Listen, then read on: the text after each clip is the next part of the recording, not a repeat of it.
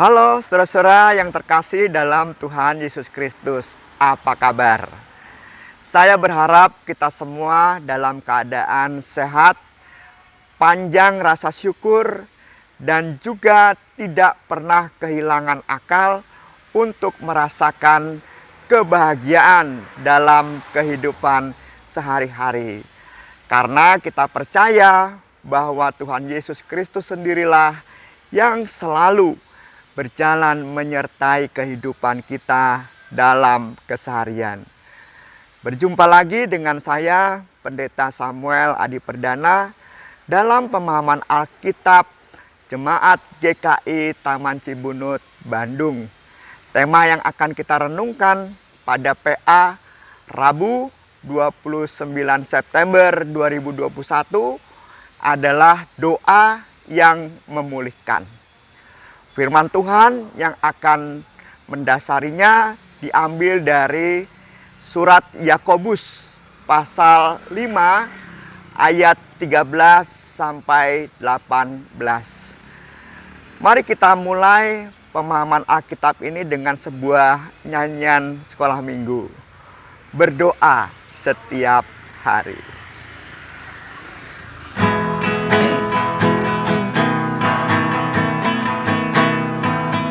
Berdoa setiap hari, itulah yang kulakukan. Dalam susah maupun senang, ku tetap bersuka cita, karena ku doa setiap hari. Berdoa setiap hari, itulah yang kulakukan. Dalam susah maupun senang, ku tetap bersuka cita, karena ku doa setiap hari. Dalam susah maupun senang, ku tetap bersuka cita, karena ku doa setiap hari.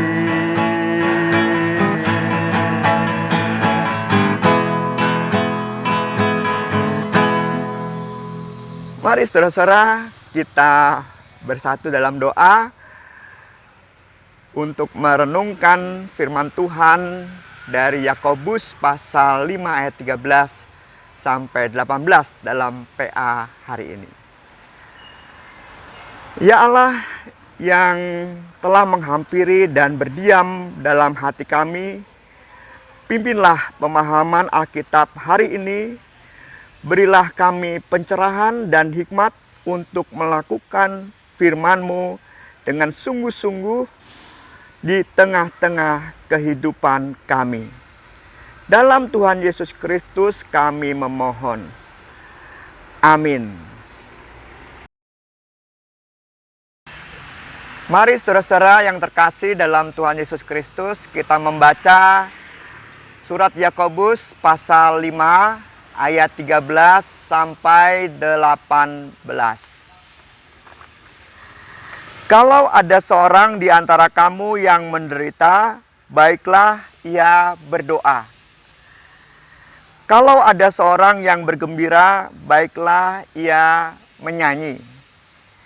Kalau ada seorang di antara kamu yang sakit, baiklah ia memanggil para penatua jemaat, supaya mereka mendoakan dia serta mengolesnya dengan minyak dalam nama Tuhan.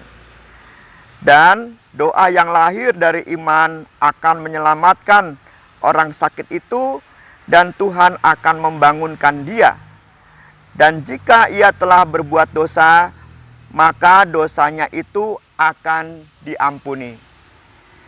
Karena itu, hendaklah kamu saling mengaku dosamu dan saling mendoakan, supaya kamu sembuh. Doa orang yang benar bila dengan yakin didoakan sangat besar kuasanya. Elia adalah manusia biasa, sama seperti kita. Dan ia telah bersungguh-sungguh berdoa, supaya hujan jangan turun, dan hujan pun tidak turun di bumi selama 3 tahun 6 bulan. Lalu ia berdoa pula dan langit menurunkan hujan dan bumi pun mengeluarkan buahnya. Saudara-saudara yang terkasih dalam Tuhan Yesus Kristus, saya yakin setiap orang Kristen tidak asing dengan kata doa dan berdoa. Tetapi dalam surat Yakobus pasal 5 ayat 13 sampai 18, kita diajak Rasul Yakobus untuk memperhatikan 2 hal yang berkaitan dengan doa dan berdoa. Apa 2 hal itu? Yang pertama, doa sebagai media yang mempersekutukan umat dengan Tuhan setiap saat. Kedengarannya biasa bukan? Bahwa doa itu media yang mempersekutukan umat dengan Tuhan. Tetapi kita perlu perhatikan apa yang akan ditekankan Rasul Yakobus tentang bagian yang pertama ini. Rasul Yakobus mengajak kita untuk memahami bahwa persekutuan umat bersama Tuhan dalam doa itu memiliki 2 dimensi. Yang pertama adalah dimensi kesembuhan, dan yang kedua adalah dimensi pengampunan dosa. Dalam ayat 13 dikatakan, kalau ada seorang di antara kamu yang menderita, baiklah ia berdoa. Kalau ada seorang yang bergembira, baiklah ia bernyanyi. Kata kerja menderita ada hubungannya dengan kata benda penderitaan dalam ayat yang ke-10. Yakobus pasal 5 ayat yang ke-10. Saudara-saudara, turutilah penderitaan dan kesabaran para nabi yang telah berbicara dalam nama Tuhan. Kata benda penderitaan ini berarti seorang berada dalam keadaan menerima sesuatu yang tidak dia inginkan. Jadi kata benda penderitaan di ayat 10 itu adalah menunjukkan seorang yang berada dalam keadaan menerima terhadap sesuatu yang tidak dia inginkan, yang hadir dalam hidupnya, ya. Dan anjuran Rasul Yakobus bagi orang yang menerima keadaan yang tidak dia inginkan adalah berdoa. Berdoalah. Karena menurut Rasul Yakobus, doa akan memberi semangat seperti orang yang bergembira. Tadi dikatakan kalau orang bergembira, bernyanyilah.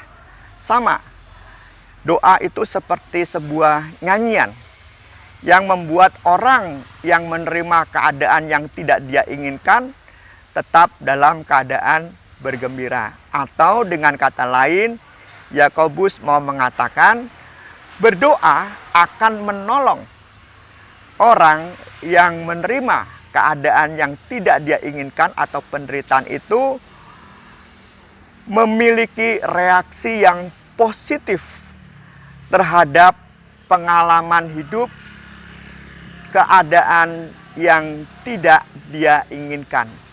Reaksi positif terhadap penderitaan. Jadi pengalaman itu dipandang sesuatu yang positif, direaksi yang positif. Nah, dalam keadaan ini, saat seorang sudah bisa memandang pengalaman yang tidak dia inginkan dengan reaksi positif, disitulah atau di saat itulah terjadi persekutuan umat dengan Tuhan, atau orang yang menderita tadi, orang yang menerima keadaan tidak dia inginkan itu, ia merasakan bersekutu dengan Tuhan. Jadi persekutuan itu terjadi. Saya hanya membayangkan bahwa yang dimaksud Rasul Yakobus adalah persekutuan itu bukan persekutuan konflik. Ya, kita percaya nih ya bahwa kita bersekutu dengan Tuhan, tetapi karena ada sesuatu yang datang dalam hidup kita, penderitaan yang tidak kita inginkan, kan persekutuan kita jadi bisa ada konflik dengan Tuhan. Ya, kita kan sering bertanya, wah, kenapa Tuhan memberikan penderitaan, situasi yang tidak kita inginkan ini? Berarti kan itu reaksi negatif kita gitu. Nah, persekutuan ini bukan persekutuan seperti itu gitu. Tetapi persekutuan ini adalah persekutuan yang sudah beres gitu. Kita tidak punya rasa curiga dengan Tuhan negatif, sekalipun memang dalam prosesnya kita melampaui pertanyaan-pertanyaan kepada Tuhan. Mengapa ini terjadi pada saya? Mengapa saya harus mengalami ini semua? Yaitu sesuatu yang tidak diinginkan. Namun yang dimaksud Rasul Yakobus persekutuan umat dengan Allah setiap saat, yaitu persekutuan yang kita tidak lagi konflik gitu ya. Dalam reaksi yang positif memandang kehidupan ini. Nah, itulah keadaan bergembira ya bagi orang yang menderita atau yang menerima keadaan yang tidak dia inginkan. Nah, reaksi positif atas pengalaman kehidupan yang tidak diinginkan atau pengalaman kehidupan dalam penderitaan, inilah reaksi positif itu yang menjadi jalan kesembuhan. Artinya kita dalam keadaan yang percaya penuh, bergantung penuh, tidak memiliki rasa curiga kepada Allah. Ya, jadi kita berserah penuh. Itulah jalan kesembuhan kita. Seiring dengan itu, reaksi positif atas pengalaman hidup yang tidak kita inginkan atau dalam penderitaan itu juga menghadirkan diri yang jujur di hadapan Allah. Ya, diri yang jujur di hadapan Allah. Maksudnya adalah disinilah kita sungguh-sungguh terbuka kepada Tuhan. Ya, bahwa ya memang inilah hidup saya, inilah penderitaan saya ya Tuhan. Dan saya menerima semua ini. Inilah kehidupan yang tidak saya inginkan. Mungkin kita juga berpikir tentang negatif, positif yang terjadi dalam kehidupan kita, refleksi kita. Sungguh kita terbuka, bahkan kita juga bisa menemukan hal-hal yang sesuatu yang kadang-kadang kita tidak sengaja ya kita lakukan dan itu tidak berkenan di hadapan Tuhan. Sesuatu yang terbuka betul di hadapan Tuhan. Kenapa bisa terbuka? Karena itu tadi kita tidak ada lagi rasa curiga dengan Tuhan. Kita memandang semua positif. Nah, dalam keadaan inilah saudara-saudara, persekutuan umat dengan Tuhan itu dihayati. Seperti kita bisa baca dalam ayat yang ke-15. Dan doa yang lahir dari iman akan menyelamatkan orang sakit itu. Dan Tuhan akan membangunkan dia. Dan jika ia telah berbuat dosa, maka dosanya itu akan diampuni. Jadi orang yang menerima ya dalam jalan doa secara positif, dia terbuka dalam keberadaannya di hadapan Tuhan, ya dia bisa menerima, maka yang seperti dikatakan dalam ayat 15, terjadilah kesembuhan dan juga sekaligus Tuhan menerima kita. Artinya apa? Tuhan mengampuni dosa kita. Bagi Tuhan keberadaan kita no problem, ya. Tuhan merangkuh kita kembali. Nah, tentu ya dengan iman pastilah Tuhan begitu. Tetapi perasaan kita direngkuh ini kan nggak mungkin terjadi. Perasaan kita dikasihi, diampuni itu kan nggak mungkin terjadi kalau kita masih punya pikiran yang negatif atau reaksi yang negatif terhadap keadaan yang tidak kita inginkan. Oleh sebab itulah Rasul Yakobus berkata, berdoalah supaya kita mendapatkan reaksi yang positif terhadap sesuatu yang tidak kita inginkan yang datang dalam kehidupan kita. Itulah yang terjadi dalam kehidupan kita. Saya jadi menyadari satu hal dalam pengertian yang Rasul Yakobus berikan ini, saudara.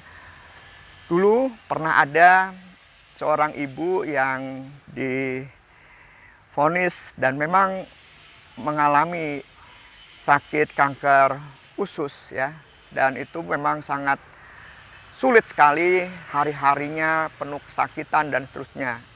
Nah, ibu ini sering mendatangkan pendeta, siapapun kenalannya yang punya pendeta ataupun orang-orang yang dekat dengan dia untuk datang dan mendoakan. Dan saya pun pernah datang dan mendoakan beberapa kali. Setiap datang dan mendoakan, ibu ini selalu selain minta disembuhkan, juga minta didoakan supaya dosa-dosanya itu diampuni di hadapan Tuhan. Dia menyebutkan bahwa dia suka begini, suka begitu, melakukan hal-hal yang negatif gitu. Mudah-mudahan Tuhan bisa mengampuni. Dan suatu saat ketika saya datang lagi ke rumahnya, bukan ke rumah sakit, dia dalam keadaan yang bergembira, artinya wajahnya itu ceria, sekalipun sakitnya memang wah luar biasa. Dan waktu itu ia mau sarapan pagi. Lalu dia menyambut saya, "Oh, Pak Pendeta Samuel, masuk." Dan saya masuk, duduk, lalu dia bilang, "Aku mau sarapan dulu ya." Dan yang membuat saya terharu adalah ketika dia berdoa dengan wajah yang ceria itu dan berkata, "Tuhan, aku bersyukur atas hidupku. Aku bersyukur atas makanan yang Tuhan berikan kepadaku." Itu aku atau saya, Bapak Ibu dan Saudara, terharu. Ya. Orang yang sakit, yang bahkan divonis dokter hidupnya tidak lama lagi, di dalam kesakitannya dia berkata, "Aku bersyukur tentang keadaanku dan makananku hari ini." Ketika amin, dia berbicara kepada saya tanpa beban apapun juga. Nah, dari nasihat Rasul Yakobus ini, saya bisa memahami ternyata ada orang-orang ya, yang memahami satu keadaan yang diceritakan oleh Rasul Yakobus ini. Dia tekun berdoa dan juga ada orang lain yang berdoa yang membuat dirinya itu terarah gitu ya. Pada kondisi berproses menerima apa yang terjadi yang tidak dia inginkan atau penderitaan yang dia alami. Dan yang kedua, dia berusaha juga melalui doa-doa itu bersikap terbuka dan jujur di hadapan Tuhan. Pola ini ternyata dalam kesaksian hidup yang saya sampaikan ibu itu tadi terjadi gitu.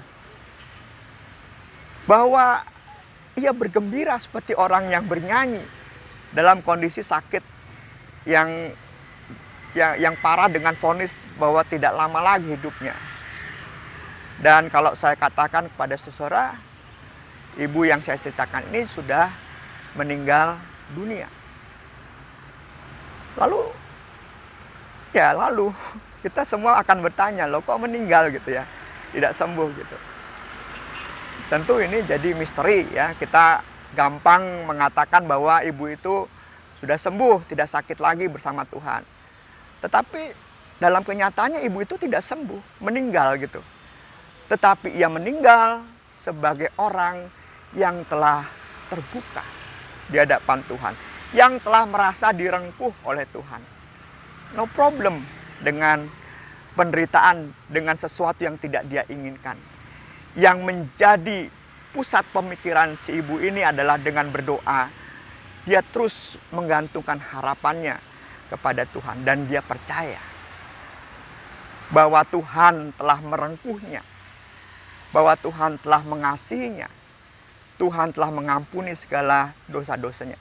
Ini yang menjadi poin dari Rasul Yakobus, bahwa berdoa itu memang akan memberi dampak kesembuhan, dan juga kemerdekaan kita dari dosa-dosa dan perasaan negatif dalam diri kita, dan merasa direngkuh dan dikasih oleh Allah. Saya juga bisa memahami apa yang menjadi motivasi Mother Teresa juga. Ketika dia ditanya sama wartawan, untuk apa kamu mendampingi orang yang sudah sekarat mau mati?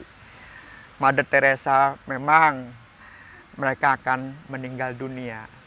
Tetapi setidaknya mereka tahu di akhir hidupnya, ya ketika mereka yang sedang sekarat, mereka tahu dalam akhir hidupnya bahwa ada seseorang yang mengasihi dan merawatnya. Itulah keadaan sembuh, diampuni, dengan kata lain dikasihi oleh Tuhan. Rupanya saudara, ada satu pola dalam pertemuan orang Yahudi, yaitu ada proses pengakuan dosa, kemudian orang berdoa, dan juga ada pengampunan. Pola ini dipakai agar umat selalu ada dalam kesadaran untuk membangun hidup benar di hadapan Tuhan setiap saat. Rasul Yakobus mau mengingatkan kepada orang percaya atau orang beriman atau murid-murid Kristus. Kita menjadi murid Kristus tandanya baptisan, tetapi sebagai murid-murid Kristus yang sudah dibaptis tidak juga langgeng hidupnya. Dalam hidupnya bisa menerima keadaan yang tidak diinginkan itu berkali-kali, dan dalam keadaan itu orang bisa gagal. Ya, bisa melakukan kesalahan, bisa berbuat dosa, dan hidupnya tidak damai. Oleh sebab itulah perlu adanya pengakuan dosa, perlu berdoa senantiasa, dan juga perlu adanya pengampunan, supaya mereka senantiasa mengingat siapa dirinya, jati dirinya sebagai orang-orang Kristen, orang-orang yang telah diampuni oleh Allah. Sehingga setiap hari dalam tanda petik nih, dengan adanya orang-orang Kristen di sinagoga itu mengaku dosa, kemudian juga berdoa senantiasa dan diampuni, seperti kayak dalam tanda petik dibaptis kembali gitu. Dibaptis ulang, tapi bukan dibaptis ulang, dibaptis lagi bukan, tetapi sikap itu seperti sikap dibaptis kembali. Jadi seperti dibaharui gitu. Nah, ini penting untuk menjaga kehidupan kita dalam keseharian dengan berbagai macam persoalan yang memungkinkan kita gagal atau salah atau berbuat dosa itu bisa diatasi. Ini yang dilihat oleh Rasul Yakobus. Orang Kristen nggak langgeng aja hidupnya terus bagus gitu. Banyak kondisi yang tidak diinginkan dan bisa jatuh.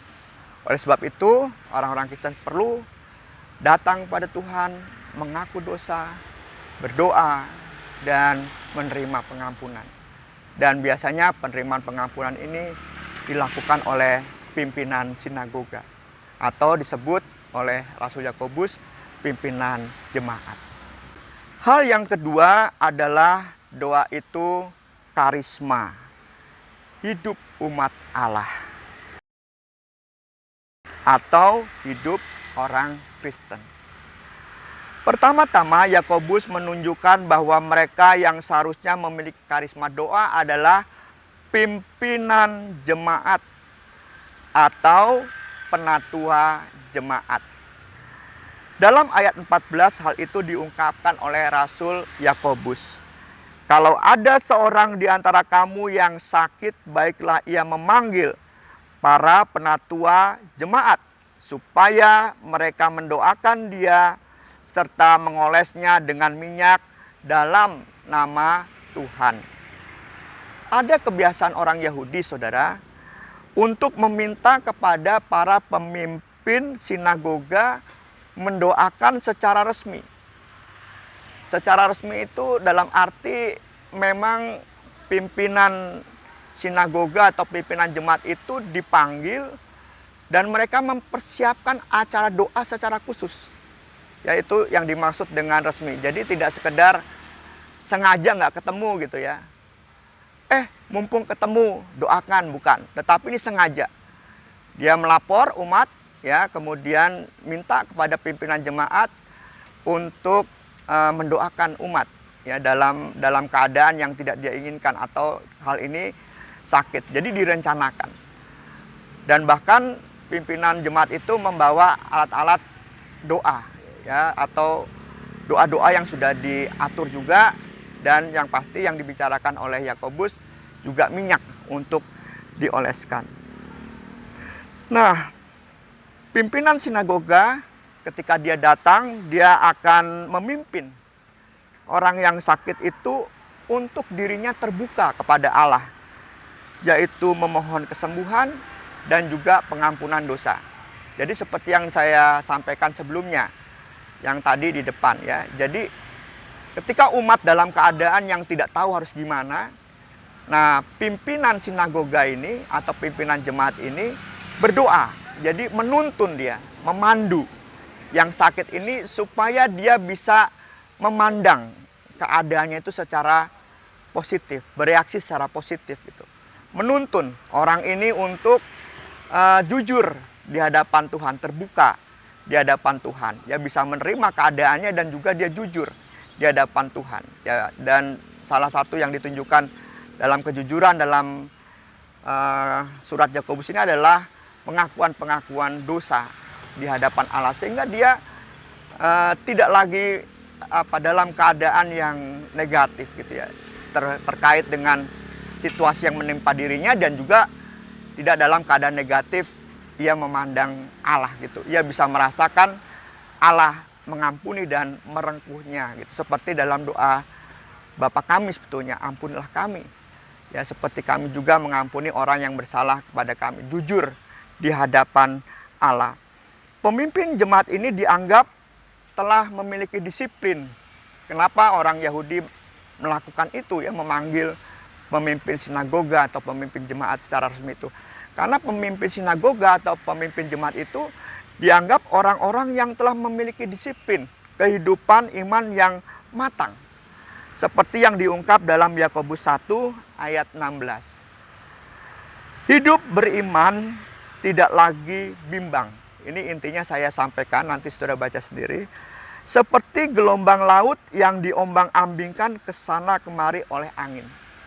Jadi orang-orang Yahudi itu memandang pemimpin sinagoga atau pemimpin jemaat itu imannya udah matang. Karena mereka punya disiplin rohani, latihan-latihan rohani yang tidak lagi terombang-ambing, ya, seperti ombak atau gelombang di lautan yang diombang-ambingkan oleh angin. Tidak, mereka udah matang.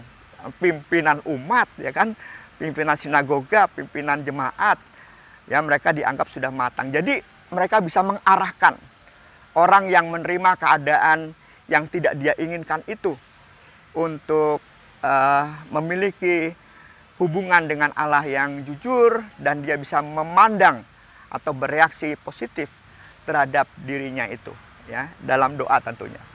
Jadi doa si pemimpin ini menolong umat gitu. Nah, sekalipun pertama-tama karisma doa ini ditujukan pada pemimpin jemaat atau sinagoga, Yakobus pada akhirnya juga menekankan bahwa karisma doa ini dapat dimiliki semua orang percaya. Karisma doa ini dapat dimiliki semua orang percaya. Ya, tentunya juga yang mengembangkan disiplin kehidupan rohani atau doanya. Jadi kita umat biasa, ya, anggota jemaat itu juga sebetulnya bisa punya karisma doa. Tapi jangan lupa kita harus punya disiplin dalam mengembangkan doa-doa kita atau latihan-latihan yang perlu kita ikuti gitu, ya, sehingga kita punya karisma dalam berdoa. Hal ini ditegaskan pada kisah Elia pada ayat yang ke-17-18. Dikatakan Elia adalah manusia biasa sama seperti kita, dan dia telah sungguh-sungguh berdoa dan doanya dikabulkan Tuhan. Kata-kata Elia adalah manusia biasa seperti kita. Jadi Yakobus di akhir nasihatnya kepada umat, ya, Rasul Yakobus di akhir nasihatnya berkata, sekalipun imam-imam itu perlu kita undang untuk memimpin doa, tetapi sebetulnya kita manusia biasa ini gitu. Bisa. Dan contohnya Elia. Dia punya karisma doa. Dan doanya dikabulkan oleh Allah. Nah, saudara, ini bisa menjadi pelajaran dan renungan kita tentunya ya. Pimpinan jemaat, saya nggak tahu ya, ini juga menarik untuk diteliti gitu. Apakah dari zaman dulu di GK Taman Cibunut misalnya ya, penatua-penatua dan pendeta itu apakah punya secara bersama-sama disiplin doa? Atau disiplin rohani tertentu yang membuat dirinya memiliki karisma, khususnya dalam memimpin jemaat dan khususnya lagi dalam mendoakan umat. Dan yang saya sering juga amati bahwa anggota jemaat itu atau umat sering melihat pendeta lah yang punya karisma itu. Tetapi pertanyaannya, apakah pendeta juga punya disiplin doa? Ya. Nah, ini tentu refleksi buat diri saya sendiri gitu. Dan kalau diamati di mana-mana jemaat, penatua itu atau pimpinan jemaat seringkali hanya menghayati dirinya menjalankan tugas-tugas seperti misalnya saat kebaktian gitu ya, membaca pengakuan iman rasuli atau memimpin doa atau mengedarkan kantong persembahan atau mengatur jadwal-jadwal ya, atau bertugas ini dan itu gitu. Nah, ada satu hal yang perlu gitu ya, yang bagus kita pelajari dari Rasul Yakobus, yaitu disiplin membangun karisma berdoa supaya kita menjadi pimpinan umat, pimpinan jemaat yang mampu menolong jemaat melalui doa-doa kita untuk mengarahkan diri melalui doa kepada Allah sehingga mampu memandang situasi yang tidak dia inginkan itu atau umat inginkan itu, yang tidak umat inginkan itu secara positif dan terbuka di hadapan Tuhan. Tentu ini tantangan bagi kita semua. Dan jangan lupa ya, umat biasa ya, anggota jemaat biasa juga harus membuat latihan-latihan dan disiplin rohani tersebut. Kiranya PA hari ini memberi banyak masukan ketika kita mau berdoa. Kita tahu bagaimana atau semakin tahu kita harusnya berdoa dan memahami doa itu. Doa yang memulihkan adalah doa yang sungguh-sungguh membuat kita dapat memiliki reaksi positif terhadap keadaan ini dan kita sungguh terbuka di hadapan Tuhan untuk menerima pengampunan dan cinta kasih-Nya. Mari saudara-saudara kita bersatu di dalam doa. Tuhan, kami bersyukur kepadamu di dalam PA ini kami mendapatkan banyak hal yang bisa kami terapkan dalam kehidupan di tengah keluarga, juga di kehidupan persekutuan kami sebagai satu komunitas orang percaya. Gereja, khususnya jemaatmu di GKI Taman Cibunut, Bandung ini. Tolonglah kami membangun disiplin doa, supaya tiap-tiap kami memiliki karisma doa, karisma dalam berdoa. Terkhusus juga pimpinan-pemimpin jemaat, baik penatua dan pendeta, bersama-sama bisa membangun itu semua. Sehingga kami semua bisa saling menolong satu dengan yang lain untuk mengarahkan hidup kepada Tuhan setiap saat. Sehingga kami dimampukan untuk memandang sesuatu pengalaman hidup sekalipun tidak kami inginkan secara positif, dan kami senantiasa terbuka di hadapan Tuhan untuk dikasihi dan diampuni, mengakui segala dosa-dosa kami. Tolonglah kami ya Tuhan. Kami berdoa ya Tuhan senantiasa untuk saudara-saudara kami yang mengalami pergumulan-pergumulan dan sakit. Biarlah mereka juga mendapatkan cinta kasih dan kekuatan-Mu setiap saat. Dan kami juga bersama-sama bisa saling menopang dalam doa dan perhatian-perhatian yang konkret lainnya. Kami juga berdoa Tuhan untuk kegiatan-kegiatan jemaat GKI Taman Cibunut. Di tengah-tengah masa pandemi ini kami pimpinan-pimpinan jemaat mudah-mudahan bisa menemukan hal yang konkret juga untuk menolong umat melewati hari-hari mereka. Dan juga tentunya kami sendiri bisa saling menolong untuk menjalani kehidupan kami dalam keseharian, termasuk juga dalam memimpin umat-Mu ini. Kami juga berdoa ya Tuhan, kegiatan gereja-gereja bersama kelompok masyarakat lainnya dalam rangka vaksinasi dan juga hal-hal lain yang mendukung program-program pemerintah memulihkan dirinya, khususnya di tengah-tengah pandemi COVID-19 ini. Biarlah terus dalam penyertaan-Mu, kami tidak henti-hentinya. Dan biarlah ini juga menjadi kesaksian bagi dunia. Gereja yang ikut serta di dalam kesusahan umat manusia. Kami juga berdoa untuk dunia. Biarlah di seluruh dunia juga proses penanganan pandemi COVID-19 ini berlangsung dengan baik. Inilah doa kami ya Tuhan. Kami panjatkan kepadamu. Biarlah di dalam Tuhan Yesus Kristus semua yang kami panjatkan ini boleh dikabulkan menjadi kehendak Tuhan sendiri. Di dalam Tuhan Yesus Kristus kami panjatkan doa kami ini. Amin. Saudara-saudara, kita akan bernyanyi satu lagu lagi, yaitu lagu Sekolah Minggu yang masih bertemakan tentang doa juga. Lagu itu judulnya Tiap Waktu, Tiap Jam.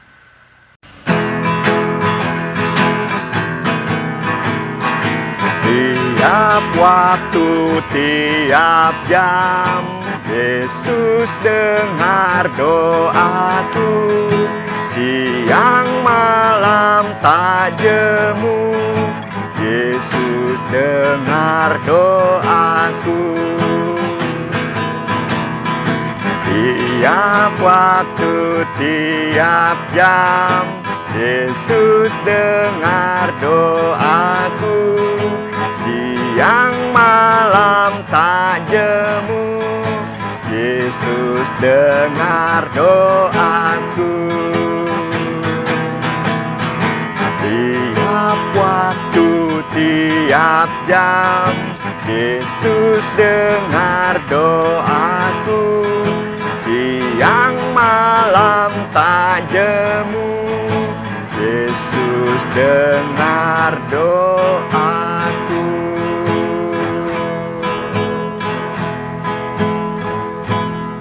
Tuhan memberkati kita semua. Sampai jumpa lagi dalam pemahaman Alkitab berikutnya.